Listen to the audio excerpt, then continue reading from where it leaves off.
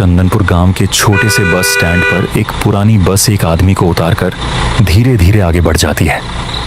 वह सूरज था जिसका शहर से चंदनपुर गांव में तबादला हुआ था। थोड़ा इधर उधर देखने के बाद वह गांव के बड़े बरगद वाले चबूतरे की तरफ बढ़ा। ठंड की पहली बारिश का मौसम था। हवा में नमी और सन्नाटा घुला हुआ था। सूरज चबूतरे के पास पहुंचता है जहां गांव के रामलाल काका और कुछ गांव वाले बैठे थे। काका, मैं सूरज मेहरा, नया डाक कर्मचारी, शहर से यहां भेजा गया हूं। रामलाल काका ने उसे ऊपर से नीचे तक देखा, फिर बोले, अच्छा, तो तुम हो नया डाक बाबू। इतनी रात में आना जरूरी था क्या? सूरज हल्की मुस्कान के साथ बोला, क्या करूं काका, काम तो काम है। वैसे यहाँ का डाकघर खुला है या सब लोग चले गए? काका हंस पड़े। बाबू, यहाँ कोई रात तक नहीं रुकता, वो भी इस ठंडी बारिश में। शाम ढलते ही सब काम खत्म। सूरज थोड़ा चौंका और बोला, क्यों, ऐसा क्या है यहाँ? काका का चेहरा अचानक गंभीर हो गया। फिर काका बोले, तुम नए हो इसलिए कह रहा हूँ, रात में खासकर इस मौसम में चिट्ठियों से दूर रहना, खासकर वो जिन पर कोई पता नहीं लिखा होता। सूरज हंस पड़ा। काका, चिट्ठी से डरना कैसा, यही तो मेरा काम है, काका ने धीमे स्वर में कहा। महीने की आखिरी रात जो चिट्ठी आती है उसे मत खोलना, उन्हें लेने वाला खुद आता है। सूरज ने मजाक उड़ाते हुए कहा। कौन, कोई भूत प्रेत? काका ने उसकी आंखों में देखते हुए कहा। पिछले साल मोहन को ले गया था। कुछ पल के लिए सन्नाटा छा गया। फिर सूरज बोला, ठीक है काका, मैं संभाल लूंगा, पहले मुझे डाकघर दिखा दो। बारिश अचानक तेज हो गई। दोनों डाकघर की ओर चल पड़े। थोड़ी दूर चलने के बाद वे पुराने जर्जर से बने डाकघर तक पहुंचे। दीवारों पर काई जमी थी और खिड़कियां आधी टूटी हुई थीं। रामलाल काका उसे वहीं छोड़कर वापस चले गए। सूरज ने दरवाजा खोला और बोला, कोई है अंदर? अंदर से एक आवाज आई, साहब, मैं हूँ कमलू। एक दुबला पतला आदमी सामने आया। फिर बोला, मैं यहाँ सफाई करता हूँ, बारिश में घर दूर है इसलिए यहीं रुक जाता हूँ। सूरज ने कहा, अच्छा, मुझे चिट्ठियों वाला कमरा दिखाओ। कमलू थोड़ा हिचकिचाया लेकिन फिर उसे अंदर ले गया। कमरे का दरवाजा खुलते ही धूल का गुब्बार उड़ा। चारों तरफ पुरानी चिट्ठियां बिखरी पड़ी थीं। सूरज गुस्से में बोला, ये सब क्या है? यहां इतनी चिट्ठियां क्यों पड़ी हैं? कमलू डरते हुए बोला, साहब, ये सब बिना पते वाली चिट्ठियां हैं, इन्हें कोई नहीं छूता। सूरज ने तेज आवाज में पूछा, क्यों? कमलू धीरे से बोला, बड़े लोग मना करते हैं, कहते हैं इन्हें खोलना नहीं चाहिए। सूरज ने झुंझलाकर कहा, बकवास है ये सब, कल से सारी चिट्ठियां पहुंचाई जाएंगी। कमलू फिर बोला, साहब, खासकर वो चिट्ठियां मत खोलना जो बिना पते की होती हैं। सूरज ने उसकी बात काट दी। डर फैलाने से कुछ नहीं होगा। इतने में बाहर किसी के कदमों की आवाज आई। दरवाजे पर एक लड़की खड़ी थी, माया। वो बोली, साहब, बारिश बहुत तेज है, क्या मैं थोड़ी देर यहाँ रुक सकती हूँ? सूरज ने कहा, हाँ, अंदर आ जाओ। माया बैठते हुए बोली, आप नए आए हो इसलिए बता रही हूँ, यहाँ की हर चिट्ठी कागज नहीं होती। सूरज मुस्कुराया, अच्छा, फिर क्या होती है? माया ने धीमे स्वर में कहा, कुछ चिट्ठियाँ डर लेकर आती हैं। फिर उसने अपने भाई की कहानी बताई जिसने एक ऐसी चिट्ठी खोली थी और अगली सुबह वो नहीं रहा। सूरज ने फिर भी बात को हंसी में उड़ा दिया। कुछ देर बाद बारिश हल्की हुई और माया चली गई। रात गहराने लगी। सूरज अकेला चिट्ठियों वाले कमरे में आया। हर तरफ बिखरे हुए कागज थे। उसे बैठने की भी जगह मुश्किल से मिली। तभी उसकी नजर एक अलग पड़ी चिट्ठी पर गई। उसने उसे उठाया और खोल दिया। उसमें लिखा था, तुम्हारी माँ तुम्हें छोड़कर नहीं गई, उसके साथ हादसा हुआ था, सच जानना है तो मेरे पास आओ। सूरज के हाथ कांपने लगे। उसने जोर से आवाज लगाई, कमलू। कमलू भागकर सूरज के पास आता है। क्या हुआ बाबू, आप ऐसे घबराए हुए क्यों लग रहे हैं? सूरज कांपते हाथों से वो चिट्ठी कमलू की तरफ बढ़ा देता है। ये देख, इसमें जो लिखा है ये मेरे बारे में है, मेरे बचपन की बात, मेरी माँ के बारे में। यहाँ किसी को कैसे पता हो सकता है? कमलू चिट्ठी देखते ही पीछे हट जाता है। उसके चेहरे का रंग उड़ जाता है। साहब, आपने चिट्ठी पढ़ ली? सूरज गुस्से में बोला, तो क्या करता, इसमें मेरे बारे में लिखा है, लेकिन ये सब जानता कौन है? कमलू डरते हुए बोला। मैंने आपको मना किया था साहब, अब वो आएगा। सूरज चिल्लाया। कौन आएगा? कमलू धीरे से बोला। डाकिया। बाहर बारिश और तेज हो चुकी थी। ठंडी हवा टूटी खिड़कियों से अंदर आ रही थी। कमरे में बिखरी चिट्ठियां हवा से इधर उधर हिल रही थीं। सूरज ने खुद को संभालते हुए कहा, देख कमलू, मुझे इन बातों पर भरोसा नहीं है। कोई आदमी होगा जो गांव वालों को डराता होगा। कमलू ने सिर हिलाया। नहीं साहब, वो आदमी नहीं है। तभी बाहर से साइकिल की घंटी की आवाज सुनाई देती है। दोनों एकदम चुप हो जाते हैं। कुछ पल तक सिर्फ बारिश की आवाज सुनाई देती रहती है। फिर दोबारा वही आवाज आती है। कमलू घबराकर सूरज के और पास आ जाता है। साहब, वो आ गया। सूरज धीरे धीरे दरवाजे की तरफ बढ़ता है। उसका दिल जोर जोर से धड़क रहा था। वो दरवाजे के पास पहुंचकर बाहर देखने की कोशिश करता है। चारों तरफ अंधेरा, तेज बारिश और ठंडी हवा। लेकिन तभी दूर रास्ते पर उसे कोई दिखाई देता है। एक आदमी, पुरानी डाकिये वाली वर्दी, साइकिल के साथ धीरे धीरे डाकघर की तरफ आता हुआ। सूरज की सांसें तेज हो जाती हैं। वो आदमी कुछ ही पल में धुंध और बारिश के बीच गायब हो जाता है। सूरज तुरंत पीछे हट जाता है। कमलू भोला साहब, यहां से चलो। कमलू बिना कुछ बोले उसके साथ बाहर निकल जाता है। दोनों तेज बारिश में भागते हुए रामलाल काका के घर की तरफ जाने लगते हैं। कीचड़ भरे रास्ते में कई बार सूरज फिसलते फिसलते बचता है।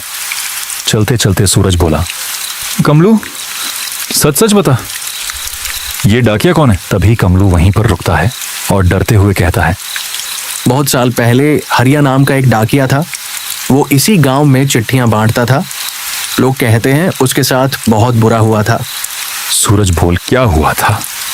कमलू बोला, पूरा सच किसी को नहीं पता, लेकिन लोग कहते हैं गांव वालों ने उस पर झूठा इल्जाम लगा दिया था। इतने में फिर पीछे से साइकिल की घंटी सुनाई देती है। धीरे धीरे पीछे मुड़कर देखते हैं। दूर बारिश के बीच वही आदमी खड़ा था। कमलू डरकर बोल पड़ा, भागो साहब। दोनों तेजी से वहां से भागने लगते हैं। कुछ देर बाद वो रामलाल काका के घर पहुंच जाते हैं। कमलू जोर जोर से दरवाजा पीटने लगता है। काका, दरवाजा खोलो। दरवाजा खुलते ही दोनों तेजी से अंदर आ जाते हैं। रामलाल काका दोनों की हालत देखकर समझ जाते हैं कि कुछ गड़बड़ हुई है। रामलाल काका बोले, क्या हुआ? कमलू हाँफते हुए बोला, काका, सूरज बाबू ने चिट्ठी पढ़ ली। रामलाल काका एकदम चुप हो जाते हैं। फिर धीरे से सूरज की तरफ देखते हैं और कहते हैं, तुमने वो चिट्ठी क्यों खोली बाबू? सूरज परेशान होकर बोला, क्योंकि उसमें मेरे बारे में लिखा था, मेरी माँ के बारे में, जो यहाँ किसी को नहीं पता। काका गहरी सांस लेकर बोलते हैं, वो डाकिया इंसान के अंदर का डर जान लेता है। सूरज ने पूछा, लेकिन कैसे? काका बोले, वह इंसान नहीं रहा। कमरे में कुछ पल के लिए सन्नाटा छा जाता है। बाहर लगातार बारिश हो रही थी। फिर रामलाल काका धीरे धीरे बोलना शुरू करते हैं। बहुत साल पहले हरिया इस गांव का डाकिया था, सीधा सादा आदमी। लेकिन एक रात गांव की एक औरत ने उस पर झूठा इल्जाम लगा दिया। गांव वालों ने बिना सच जाने उसे दोषी मान लिया। सूरज ध्यान से सुनने लगा। फिर गांव वालों ने उसे पुराने कुएं के पास बांध दिया। कई दिन तक वो वहीं पड़ा रहा। ठंड, भूख, बारिश और फिर एक रात उसकी मौत हो गई। सूरज धीरे से बोला, तो वो बदला ले रहा है? रामलाल काका ने सिर हिलाया। जिसने भी बिना पते वाली चिट्ठी खोली वो बच नहीं पाया। सूरज कुछ देर तक चुप बैठा रहा। फिर बोला, अब मुझे क्या करना होगा? रामलाल काका उसकी तरफ देखते हैं और फिर कहते हैं, अगर सच में बचना चाहता है तो कल रात पुराने पीपल के पेड़ के नीचे जाना होगा। वही मिलेगा वो? काका धीरे से बोले, हाँ वही। और तभी बाहर से फिर वही साइकिल की घंटी सुनाई देती है। इस बार आवाज बिल्कुल घर के बाहर से आई थी। तीनों के चेहरे डर से सफेद पड़ जाते हैं। तीनों कुछ देर तक चुप बैठे रहे। बाहर लगातार बारिश हो रही थी। छप्पर से टप टप पानी टपकने की आवाज पूरे कमरे में गूंज रही थी। तभी फिर वही साइकिल की घंटी सुनाई देती है। इस बार आवाज बिल्कुल दरवाजे के बाहर से आई थी।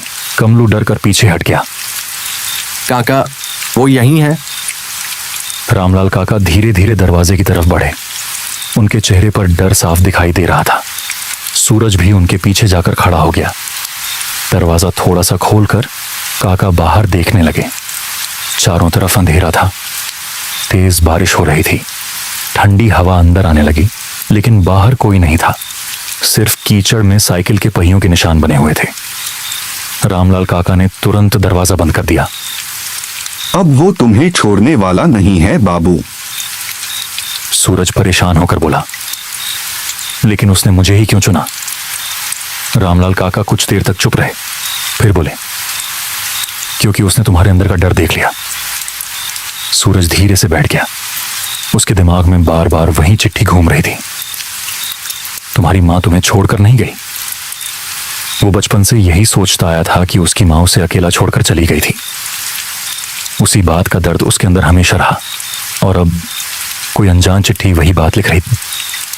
सूरज धीरे से बोला, काका, अगर वो सच में सब जानता है तो क्या वो मेरी मां के बारे में भी सच जानता होगा? कमरे में फिर सन्नाटा छा गया। बारिश की आवाज और तेज सुनाई देने लगी। रामलाल काका ने धीरे से कहा, वो इंसान के डर और दर्द दोनों को पहचान लेता है। कमलू घबराकर बोला, काका, अब क्या होगा? रामलाल काका ने उसकी तरफ देखा। अगर सूरज बाबू बचना चाहते हैं तो इन्हें कल रात पीपल के पेड़ के नीचे जाना होगा। कमलू तुरंत बोला, नहीं काका, वहां कोई नहीं बचता। काका बोले, अब रास्ता वही है, डरने से कुछ नहीं होगा। सूरज कुछ देर सोचता रहा, फिर उसने धीरे से पूछा, अगर मैं वहां गया तो क्या होगा? रामलाल काका बोले, या तो वो तुम्हें अपने साथ ले जाएगा या फिर अपना सच बताएगा। सूरज के चेहरे पर डर साफ दिखाई दे रहा था, लेकिन अब उसके मन में डर से ज्यादा एक सवाल घूम रहा था, उसकी मां के बारे में सच। कुछ देर बाद बारिश थोड़ी हल्की हुई। कमलू और सूरज वापस डाकघर की तरफ लौटने लगे। रास्ते भर दोनों चुप रहे। सिर्फ उनके कदमों की आवाज और बारिश की बूंदें सुनाई दे रही थी। डाकघर के पास पहुंचते ही सूरज एकदम रुक गया। दरवाजा खुला हुआ था, जबकि जाते समय वो लोग दरवाजा बंद करके गए थे। कमलू डर गया। सब हम लोग तो दरवाजा बंद करके गए थे ना। सूरज धीरे धीरे आगे बढ़ा। दोनों अंदर पहुंचे। कमरे में सब कुछ पहले जैसा था, लेकिन चिट्ठियों वाले कमरे का दरवाजा खुला हुआ था। सूरज और कमलू एक दूसरे की तरफ देखने लगे। धीरे धीरे दोनों उस कमरे की तरफ बढ़े। कमरे के अंदर पहुंचते ही सूरज की नजर जमीन पर पड़ी एक नई चिट्ठी पर गई। वो चिट्ठी पहले वहां नहीं थी। कमलू डरकर बोला, साहब मत छूना। लेकिन सूरज धीरे धीरे उसके पास गया। उसने कांपते हाथों से चिट्ठी उठाई। उस पर फिर कोई पता नहीं लिखा था, सिर्फ उसका नाम लिखा था, सूरज। कमलू लगभग रोने जैसी आवाज में बोला, साहब मत खोलो, मैंने कहा था ना, ये अच्छी बात नहीं है। लेकिन सूरज की नजर उस चिट्ठी पर ही टिकी हुई थी। उसके हाथ हल्के हल्के कांप रहे थे। बाहर बारिश लगातार तेज होती जा रही थी। ठंडी हवा टूटी खिड़कियों से अंदर आ रही थी। कमरे में बिखरी पुरानी चिट्ठियां हवा से सरक रही थीं। कुछ पल तक सूरज चुप खड़ा रहा, फिर उसने धीरे धीरे चिट्ठी खोल दी। चिट्ठी के अंदर सिर्फ एक लाइन लिखी थी, अगर सच जानना है तो कल रात पुराने पीपल के पेड़ के नीचे अकेले आना। ये पढ़ते ही सूरज का गला सूख गया। कमलू डरकर पीछे हट गया। साहब, अब वो आपको बुला रहा है। सूरज कुछ नहीं बोला, वो बस चिट्ठी को देखता रहा। तभी अचानक कमरे की खिड़की अपने आप जोर से बंद हो गई। धड़ाम! दोनों बुरी तरह चौंक गए। उसी समय बाहर से साइकिल की घंटी की आवाज सुनाई दी।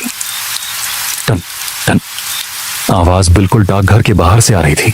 कमलू कांपती आवाज में बोला, साहब वो यही है। धीरे धीरे दोनों की नजर कमरे के दरवाजे की तरफ गई। दरवाजे के नीचे किसी की परछाई दिखाई दे रही थी।